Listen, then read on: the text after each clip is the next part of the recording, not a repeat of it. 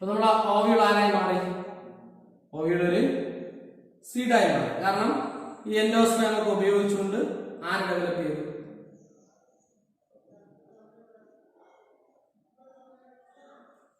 ഇവിടെയുള്ള സൈബോട്ട് ഡെവലപ്പ് ചെയ്ത് എന്തായി മാറി? ഇവര് എംബ്രിയോ ഒക്കെ ആയി മാറി എന്ന് വിചാരിച്ചു. ആരെ ഉപയോഗിച്ച് എംബ്രിയോ ഉണ്ടായി? ഇവിടെ എന്ന എൻഡോസ്പേം ഉപയോഗിച്ച. അപ്പൊ ഞാൻ നിങ്ങളെ രണ്ട് ടൈപ്പ് സീഡുകൾ പരിചയപ്പെടുത്തുകയാണ്. രണ്ട് ടൈപ്പ് സീഡ്. അപ്പൊ സീഡ് എന്താണ് പറയാ? Seed is final product of sexual reproduction. നമ്മുടെ സെക്ഷൽ റീപ്രൊഡക്ഷന്റെ ഫൈനൽ പ്രോഡക്റ്റ് എന്ന് പറയുന്നത് എന്താണ്? സീഡ് അല്ലെ. ഇവിടെ സൈഗോട്ട് ഡെവലപ്പ് ചെയ്ത എംബ്രിയോയും കൂടി ആയപ്പോൾ പൂർണ്ണമായിട്ടും ഈ ഒവ്യൂൾ ഇപ്പൊ എന്തായി മാറി? സീഡായി മാറി. അപ്പൊ നമ്മൾ ഒവ്യൂളിന്റെ സ്ട്രക്ചർ നമുക്കറിയാം അല്ലേ. ഒവ്യൂളിന് രണ്ട് പ്രൊട്ടക്റ്റീവ് ലെയറുകളുണ്ട്. നമ്മൾ ആ രണ്ട് ലെയറുകളെ എന്താണ് വിളിച്ചിട്ടുള്ളത്? ഇന്റഗുമെന്റ്സ് എന്നാണ് വിളിച്ചിട്ടുള്ളത് അല്ലെ. ഈ രണ്ട് പ്രൊട്ടക്റ്റീവ് ലെയറുകളെ നമ്മൾ വിളിച്ചിട്ടുള്ള പേരെന്താണ്? ഇന്റഗുമെന്റ്സ്. ഇന്റഗുമെന്റ്സ് അല്ലെ. അങ്ങനെയാണെങ്കിൽ ഇപ്പൊ അവൻ ഒവ്യൂൾ അല്ല. അപ്പൊ അതിൽ ചില മാറ്റങ്ങളൊക്കെ വരണ്ടേ? അപ്പൊ ഇത്രയുള്ള മാറ്റം. ഇത് ഒവ്യൂൾ ആയിരുന്നപ്പോൾ ഇത് ഔട്ടർ ഇന്റഗുമെന്റ് ആയിരുന്നു. ഇപ്പൊ അവന്റെ പേര് ടെസ്റ്റ് എന്നാണ്. അവന് ഒവ്യൂൾ ആയിരുന്നപ്പം ഇതെന്തായിരുന്നു? ഈ ലെയർ ഔട്ടർ ഇന്റഗുമെന്റ് ആയിരുന്നു. ഇപ്പൊ പേരെന്തായി? ടെസ്റ്റ് എന്നായി അല്ലേ. അടുത്ത് ഇവൻ ഒവ്യൂൾ ആയിരുന്നപ്പോ ഈ അകത്തെ ലെയറിന്റെ പേരെന്തോ? ഇന്നർ ലെയറിന്റെ പേര് ഇന്നർ ഇന്റർവെൽ. ഇവിടുത്തെ പേരെന്താണ്? ടെക്മൻ എന്നാണ്. ടെക്മൻ അല്ലേ. അപ്പം ഓവ്യൂൾ ആയിരുന്നപ്പോ ഇത് ഒവ്യൂൾ ആയിരുന്നപ്പോൾ ഇത് രണ്ടും ഒവ്യൂളിന്റെ പ്രൊട്ടക്റ്റീവ് ലെയറുകളായിരുന്നു. ഇന്നർ ഇന്റർവെൽ, ഔട്ടർ ഇന്റർവെൽ നമ്മൾ ഒരുമിച്ച് എന്ത് വിളിച്ചു? ഇന്റർവെൽസ് എന്ന് വിളിച്ചു അല്ലെ. പക്ഷെ ഒവ്യൂൾ ഇപ്പൊ ഒവ്യൂൾ അല്ല. ഒവ്യൂൾ മെച്ചറായി, ഫെർട്ടിലൈസേഷൻ കഴിഞ്ഞു അല്ലെ. എംബ്രിയോയുടെ ഡെവലപ്പ്, അതിനകത്തുള്ള എംബ്രിയോയുടെ ഡെവലപ്മെന്റ് കഴിഞ്ഞു. ഇപ്പൊ ഒവ്യൂൾ ശരിക്കും ആരായി മാറിയിരിക്കുകയാണ്? ഒവ്യൂൾ ഒരു സീഡായി മാറിയിരിക്കുകയാണ്. ഒവ്യൂൾ ഒരു സീഡായി മാറിയിട്ടുണ്ട്. അപ്പൊ ഒവ്യൂള് സീഡായി മാറിയതുകൊണ്ട് അപ്പൊ ഇപ്പം അവന്റെ ചില മാറ്റങ്ങളൊക്കെ വരണ്ടേ? തീർച്ചയായിട്ടും വരണം. അപ്പൊ അവന്റെ ഇന്റർവെല്ലുകൾ രണ്ടും എന്തായി മാറി? ഔട്ടർ ഇന്റർവെല് ടെസ്റ്റ് ആയിട്ട് മാറി. ഇന്നർ ഇന്റർവെല് ടെക്മൻ. ഈ ടെസ്റ്റൈൻ ടെക്മനുമാണ് ഈ സീഡ് കോട്ടിന്റെ രണ്ട് ലെയർ. അപ്പം ഇതിപ്പോ സീഡാണ്.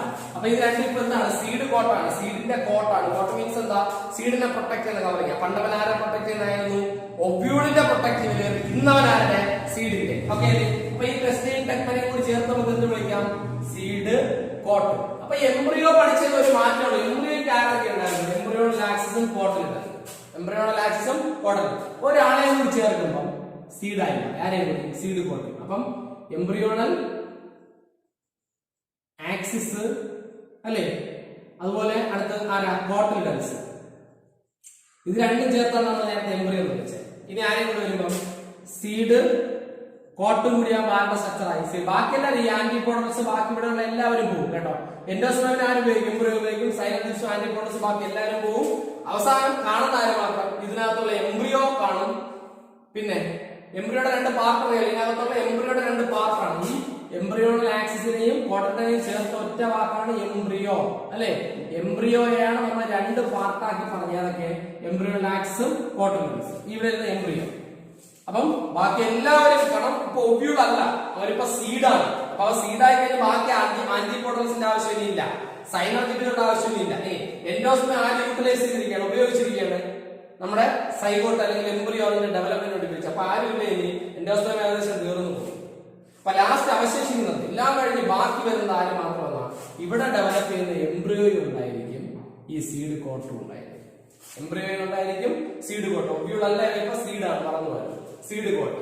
ഈ എംബ്രിയോയെ വേണമെങ്കിൽ നമുക്ക് രണ്ടാക്കി പറയാം, എംബ്രിയോണൽ ആക്സിസും കോട്ടും. അപ്പൊ ഇനി വേണമെങ്കിൽ സീഡിനെ നമുക്ക് വേറെ രീതിയിൽ പറയാം. സീഡ് ഈ എംബ്രിയോണൽ ആക്സിസിനെയും കോട്ടനെയും കൂടി ചേർത്ത് നമുക്ക് എംബ്രിയോ എന്ന് പറഞ്ഞിട്ടുണ്ട്. എംബ്രിയോണൽ ആക്സിസും കോട്ടനും കൂടി ചേർന്ന് ആരായി? എംബ്രിയോ ആയി. പിന്നെ ആരെങ്കിലും സീഡ് കോട്ടും കൂടിയായി. അപ്പൊ എന്തായി? സീഡ്. അപ്പൊ സീഡിനകത്ത് രണ്ട് സാധനങ്ങളുണ്ട്, എംബ്രിയോയും സീഡ് കോട്ടും. എംബ്രിയോയും സീഡ്. ഈ എംബ്രിയോയെ വേണമെങ്കിൽ നമുക്ക് രണ്ടായിട്ട് പറയാം. എന്തൊക്കെയാണ്? ഒന്ന് എംബ്രിയോണൽ ആക്സിസ്, അതെന്താണ്? Embryonal axis. മറ്റെന്താണ്? കോട്ടിൻഡൻസ്. എംബ്രിയോണൽ ആക്സിസ്, കോട്ടിൻഡൻസ് എന്ന് പറയാം. ശരിക്കും നമ്മൾ സീഡിനാണെങ്കിൽ രണ്ട് പാർട്ടായിട്ട് പറഞ്ഞാൽ മതി. അകത്തുള്ള എംബ്രിയോ അതിനെ പ്രൊട്ടക്ട് ചെയ്യുന്ന സീഡ് കോട്ട്, അകത്തുള്ള എംബ്രിയോ അതിനെ പ്രൊട്ടക്ട് ചെയ്യുന്ന ആരുണ്ട്? Seed coat.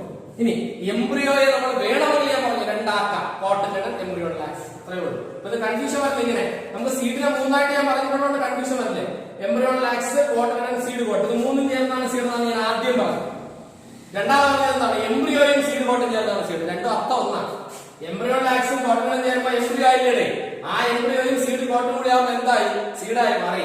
ഇനി ഓവ്യൂളിന്റെ ഔട്ടർ ലെയർ ആയിരുന്ന ഔട്ടർ എന്താണ് ഇന്റർവെന്റ് ഇപ്പൊ ടെസ്റ്റ് ആയി. ഓവ്യൂളിന്റെ ഇന്നർ വോൾ ആയിരുന്ന ഇന്നർ ഇന്റർവെന്റ് ഇപ്പൊ എന്തായി? ടെക്മനായി.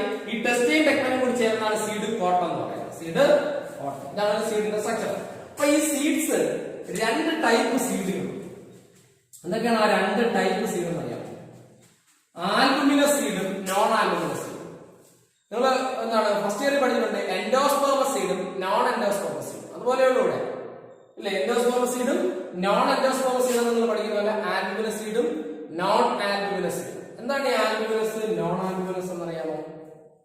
സിമ്പിൾ ആണത്.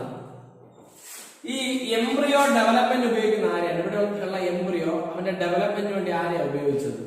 ഈ എൻഡോസ്പെർമിയാണ് ഉപയോഗിച്ചത്.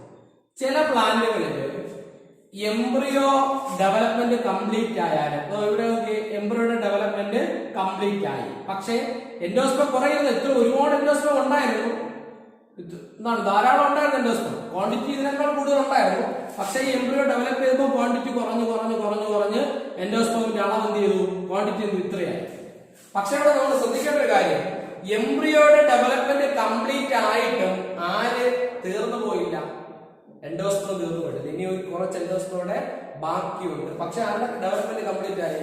എംബ്രിയോയുടെ. അപ്പം എംബ്രിയോയുടെ ഡെവലപ്മെന്റ് കംപ്ലീറ്റ് ആയ ശേഷവും അവിടെ എൻഡോസ്പെം ബാക്കി ഉണ്ടെങ്കിൽ ഈ സീഡിനെ വിളിക്കുന്ന പേരാണ് എൻഡോസ്പെർമസ് സീഡ്, അല്ലെങ്കിൽ എന്ത് വിളിക്കും നമ്മള്? ആൽബുമിനസ് സീഡ് എന്ന് വിളിക്കും. എൻഡോസ്പെർമസ് സീഡ് അല്ലെങ്കിൽ ആൽബുമിനസ് സീഡ്. ഇതിന് എക്സാമ്പിൾ ആണ് ഏതൊക്കെ? കാസ്റ്റർ, റൈസ്, വീറ്റ്, ഇതെല്ലാം എന്താണ്? എൻഡോസ്പെർമസ് സീഡാണ്. എൻഡോസ്പെർമസ് സീഡ് ആരുടെ ഡെവലപ്മെന്റ് കംപ്ലീറ്റ് ആയി? എംബ്രിയോയുടെ ഡെവലപ്മെന്റ് കംപ്ലീറ്റ് ആയിട്ടും അവിടെ ആര് ബാക്കിയുണ്ട്? എൻഡോസ്പെം ബാക്കിയുണ്ട്. എന്നാൽ ചില പ്ലാന്റുകളുണ്ട്, നമ്മുടെ പീ പ്ലാന്റ് പോലുള്ള ചില പ്ലാന്റുകളുണ്ട്, അവിടെ ഈ എംബ്രിയോയുടെ ഡെവലപ്മെന്റ് കംപ്ലീറ്റ് ആകുമ്പോൾ ആരെ കൺസ്യൂം ചെയ്ത് തീർക്കും? എൻഡോസ്പെമിനെ കൺസ്യൂം ചെയ്ത് തീർക്കും. പിന്നെ ഒരു അല്പം പോലും എൻഡോസ്പെം അവിടെ ബാക്കി ഉണ്ടാവില്ല, കംപ്ലീറ്റ് ആയിട്ട് കൺസ്യൂം ചെയ്തു. ഇനി എൻഡോസ്പെം എന്ന് പറഞ്ഞ സാധനം അവിടെ എന്തില്ല? ബാക്കിയില്ല, അല്പം പോലും ബാക്കിയില്ല, കംപ്ലീറ്റ് ആയിട്ട് എംബ്രിയോയുടെ ഡെവലപ്പ്. ഇത്തരം സീഡുകളെയാണ് നമ്മൾ എന്ത് വിളിക്കുന്നത്? നോൺ ആൽബുമിനസ് സീഡ് എന്ന് വിളിക്കും. Non albuminous seed. അപ്പൊ രണ്ട് കാര്യങ്ങളാണ്, ആൽബുമിനസ് സീഡും നോൺ ആൽബുമിനസ് സീഡ്. എന്താ അവരുടെ വ്യത്യാസം? ആൽബുമിനസും നോൺ ആൽബുമിനസും. അതാണ് ഞാൻ പറഞ്ഞത് നേരത്തെ. ഒരു എംബ്രിയോ ഡെവലപ്പ് ചെയ്യുന്ന എപ്പോഴും ആരെ കൺസ്യൂം ചെയ്തിട്ടാ? എൻഡോസ്പെമിനെ കൺസ്യൂം ചെയ്തിട്ടാ. ചില പ്ലാന്റുകളില് ഈ എംബ്രിയോയുടെ ഡെവലപ്മെന്റ് കംപ്ലീറ്റ് ആയാൽ പോലും എൻഡോസ്പെം കംപ്ലീറ്റ് ആയിട്ട് കൺസ്യൂം ചെയ്യില്ല. എൻഡോസ്പെം യൂസ് ചെയ്തിട്ട് ബാക്കി. ഇപ്പൊ നമ്മൾ ചുമ്മാ വെറുതെ ഒരു എക്സാമ്പിൾ പറയാണ്. നമ്മൾ ആഹാരം കഴിക്കുന്നു, നമുക്ക് ആ കിട്ടിയ ആഹാരത്തിന്റെ അളവ് കുറച്ച് കൂടുതലായിട്ട് നമ്മുടെ വയറ് നിറഞ്ഞിട്ടും ആഹാരം വീണ്ടും ബാക്കിയുണ്ട്, നമ്മൾ കഴിച്ചു തീർത്തില്ല എന്ന് പറഞ്ഞാൽ നമ്മൾ ഒട്ടും കഴിച്ചില്ലെന്നല്ല, നമ്മൾ കുറെ കഴിച്ചു, ബാക്കി ഇച്ചിരി ഉണ്ട് എന്നല്ലേ. അതുപോലെയാണ് ഇവിടെ എംബ്രിയോയുടെ ഡെവലപ്മെന്റ് കുറെ ന്യൂട്രിയൻസ് എൻഡോസ്പെം യൂസ് ചെയ്തു, എന്നിട്ട് എൻഡോസ്പെം തീർന്നില്ല. എംബ്രിയോയുടെ ഡെവലപ്മെന്റ് കംപ്ലീറ്റ് ആയിട്ട് എംബ്രിയോ മെച്ചറായിട്ടും എൻഡോസ്പെം തീർന്നില്ല. അത്തരം സീഡുകളാണ് ആൽബുമിനസ് സീഡ്. അതാണ് ഞാൻ കാസ്റ്റർ, റൈസ്, വീറ്റ് ഒക്കെ എക്സാമ്പിൾ പറഞ്ഞത്. എന്നാൽ ചില പ്ലാന്റുകളിൽ ഈ എംബ്രിയോയുടെ ഡെവലപ്മെന്റ് കംപ്ലീറ്റ് ആകുമ്പോൾ ആരും കൺസ്യൂം ചെയ്യും കംപ്ലീറ്റ് ആയിട്ട്? എൻഡോസ്പെം. പക്ഷെ അവിടെ എൻഡോസ്പെം എന്ന് പറയുന്ന സാധനം അല്പം പോലും ബാക്കിയില്ല, ബാലൻസ് ഒട്ടുമില്ല. അപ്പൊ അത്തരം സീഡുകളെ വിളിക്കുന്ന പേരാണ്, അതാണ് ഈ പി ഒക്കെ അതിന് എക്സാമ്പിൾ. പി അല്ലെങ്കിൽ ഗ്രൗണ്ട് നട്ട്, പി ഗ്രൗണ്ട് നട്ട്, ഇതൊക്കെ എന്തിന് എക്സാമ്പിളാണ്? Non albuminous. ഇവരുടെയൊക്കെ പ്രത്യേകത എംബ്രിയോയുടെ ഡെവലപ്മെന്റ് കഴിയുമ്പോൾ ആരും തീരും? നമ്മുടെ എൻഡോസ്പെം തീർന്നു അല്ലേ. ഇപ്പൊ രണ്ട് ടൈപ്പ് സീഡുകൾ മനസ്സിലായോ? Albuminous seed, non albuminous seed. Albuminous seed and non albuminous seed. Clear അല്ലേ? ഓക്കെ അല്ലേ? അതിന് മറ്റൊരു കാര്യമാണ് പെരിസ്പെം. എന്താണ് പെരിസ്പെം? ടെസ്റ്റിന് ചില ടേംസ് ആണ് പഠിക്കുക. What you mean by perisperm? എന്താണ് പെരിസ്പെം? സിമ്പിൾ ആയിട്ടൊരു കാര്യം. നമ്മുടെ ഈ എംബ്രിയോ സാക്ക് അറിയാലോ, നേരത്തെ എംബ്രിയോ സാക്ക് എന്ന സാധനം അല്ലേ. ഈ എംബ്രിയോ സാക്ക് അതിന്റെ ഡെവലപ്മെന്റിന് വേണ്ടി ആരെയാണ് ഉപയോഗിച്ചത്? നമ്മൾ പഠിച്ചിട്ടുണ്ട്.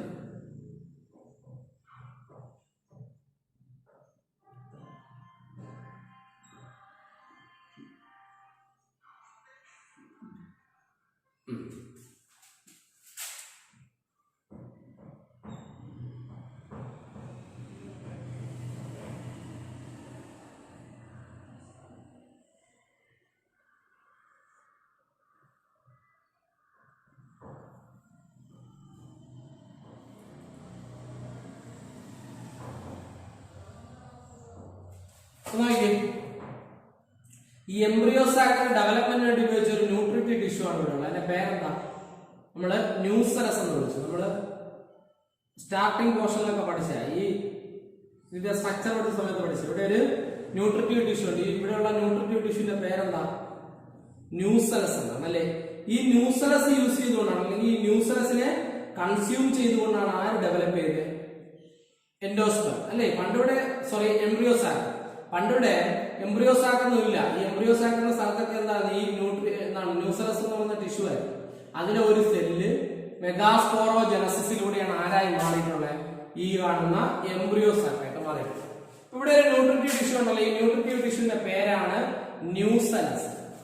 അപ്പൊ ഈ ന്യൂസലസിനെ കൺസ്യൂം ചെയ്തുകൊണ്ടാണ് ആര് ഡെവലപ്പ് ചെയ്തിരിക്കുന്നത്? Embryo sac. അപ്പൊ ഈ എംബ്രിയോ സാക്ക് ഡെവലപ്പ് ചെയ്തതനുസരിച്ച് നേരത്തെ പറഞ്ഞാൽ ആര് തീർന്നുകൊണ്ടിരിക്കും? ഈ ന്യൂസലസ് തീർന്നുകൊണ്ടേയിരിക്കും. കേട്ടോ, എംബ്രിയോ സാക്ക് ഡെവലപ്പ് ചെയ്ത് വരുമ്പോൾ ആരെ കൺസ്യൂം ചെയ്താ ഡെവലപ്പ് ചെയ്യുന്നത്? അതിന് ചുറ്റുമിരിക്കുന്ന, അതിനെ സറൗണ്ട് ചെയ്ത് കാണപ്പെടുന്ന ന്യൂസലസിനെ കൺസ്യൂം ചെയ്തുകൊണ്ടാണ് ആര് ഡെവലപ്പ് ചെയ്യുന്നത്? Embryo sac.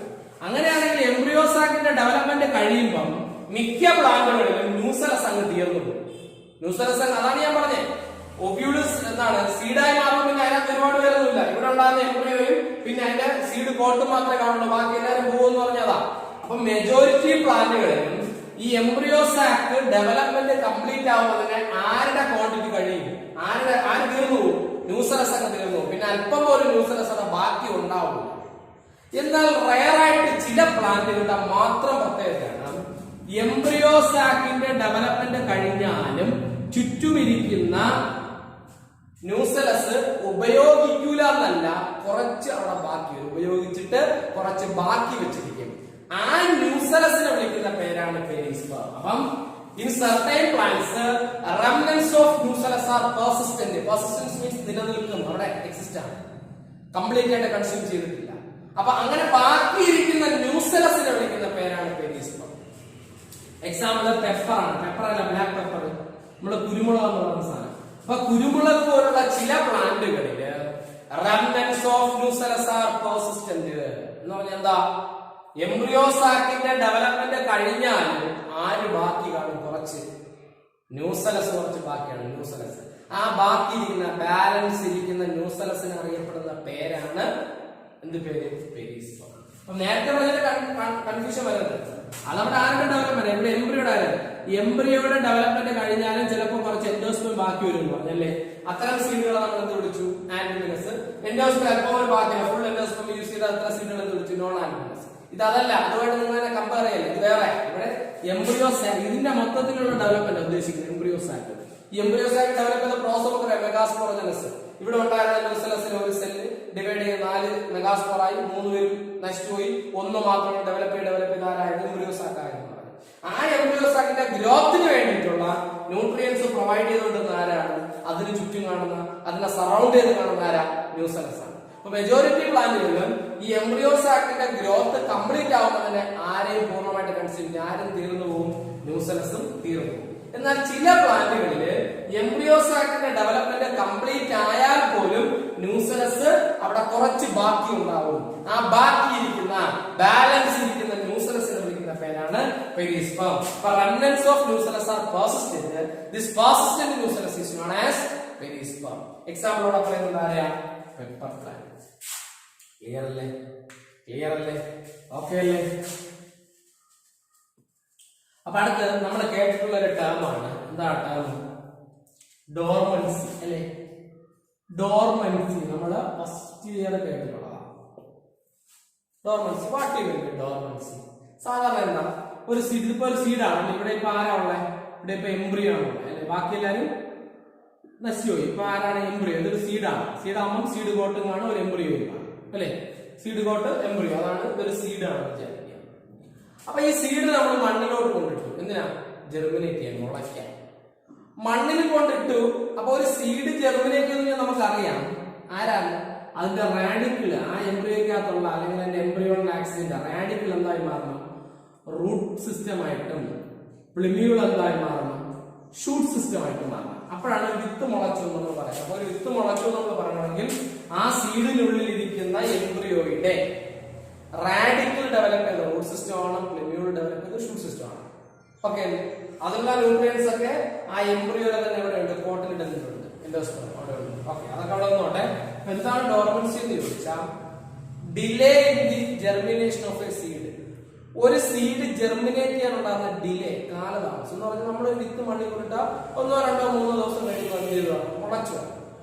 ഇത് വിത്ത് പോയി മണ്ണിൽ വീണു, പിന്നെ 1 ദിവസം 2 ദിവസമായി 5 ദിവസമായി 10 ദിവസമായി 15 ദിവസമായി 1 മാസമായിട്ട് എന്ത് ചെയ്യുന്നില്ല, സീഡ് മുളയ്ക്കുന്നില്ല.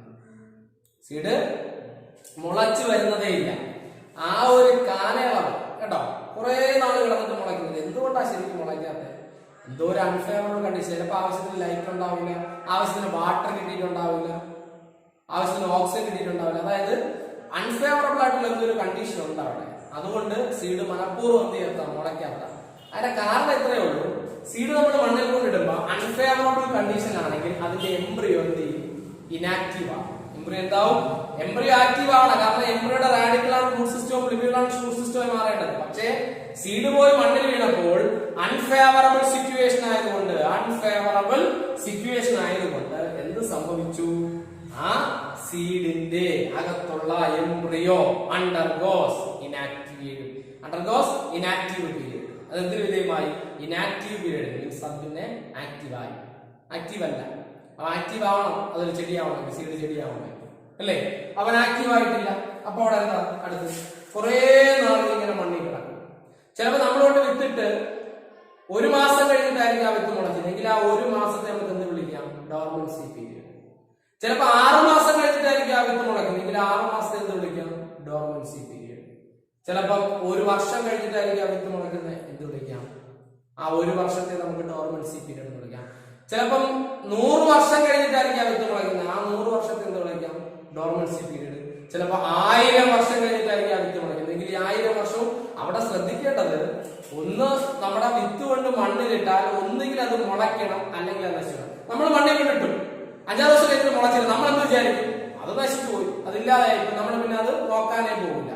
പക്ഷേ ചിലപ്പോൾ ആ സീഡ് ഏത് പീരീഡിൽ ഇരിക്കുന്നതായിരിക്കും, ഡോർമൻസി പീരീഡിൽ ഇരിക്കുന്നതായിരിക്കും. കുറെ നാള് കഴിഞ്ഞ് എന്ത് ചെയ്യുമായിരിക്കും, ചിലപ്പോൾ അത് മുളച്ചു വരിക. അതുപോലെ നിങ്ങളുടെ ടെക്സ്റ്റിലെ ചില ചെടികളെയൊക്കെ പറ്റി പറഞ്ഞിട്ടുണ്ട്, 1000 വർഷം വരെ എന്ത് പീരീഡില്, ഡോർമൻസി പീരീഡിൽ ഇരിക്കാൻ പറ്റുന്ന പ്ലാന്റുകളുണ്ട്. 1000 വർഷം വരെ ഡോർമൻസി പീരീഡിൽ ഇരിക്കാൻ പറ്റുന്ന ചില പ്ലാന്റുകളുണ്ട്. അത് മനസ്സിലായോ?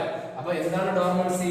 Delay in the germination of A seed. Delay എന്തിനാ, ഒരു സീഡിന് ജെർമിനേറ്റ് ചെയ്യാനുണ്ടാകുന്ന ഡിലേ, കാലതാമസത്തെ വിളിക്കുന്ന പേരാണ് ഡോർമൻസി പീരീഡ്. അപ്പൊ ഡോർമൻസി പീരീഡ് കഴിയുമ്പോൾ ഈ എംബ്രിയോ ആക്റ്റീവ് ആകുന്നു, സീഡ് എന്ത് ചെയ്യുന്നു, ജെർമിനേറ്റ് ചെയ്യും. ഇത്രയേ ഉള്ളൂ, ഇതാണ് ഡോർമൻ. അപ്പൊ ഡിലേ യഥാർത്ഥത്തിൽ ആ ഡിലേ നല്ലതാണ്. നമ്മൾ വിചാരിക്കും അത് നല്ലതല്ല എന്നാ, ശരിക്കും അത് നല്ലതാണ്. എന്തുകൊണ്ടെന്ന്, അതൊരു യൂസ് ആണ് പ്ലാന്റിനെ സംബന്ധിച്ച്. ഈ സീഡ് കൊണ്ട് മണ്ണിലുള്ള സമയത്ത് അവിടെ അൺഫേവറബിൾ കണ്ടീഷനാണ്. പക്ഷേ സീഡ് ജെർമിനേറ്റ് വിചാരിച്ചു, റാഡിക്കൽ ഡെവലപ്പ് ചെയ്ത് റൂട്ടും ഷൂട്ടും, അതായത് അവർ ഡെവലപ്പ് ചെയ്ത് വിചാരിച്ചു.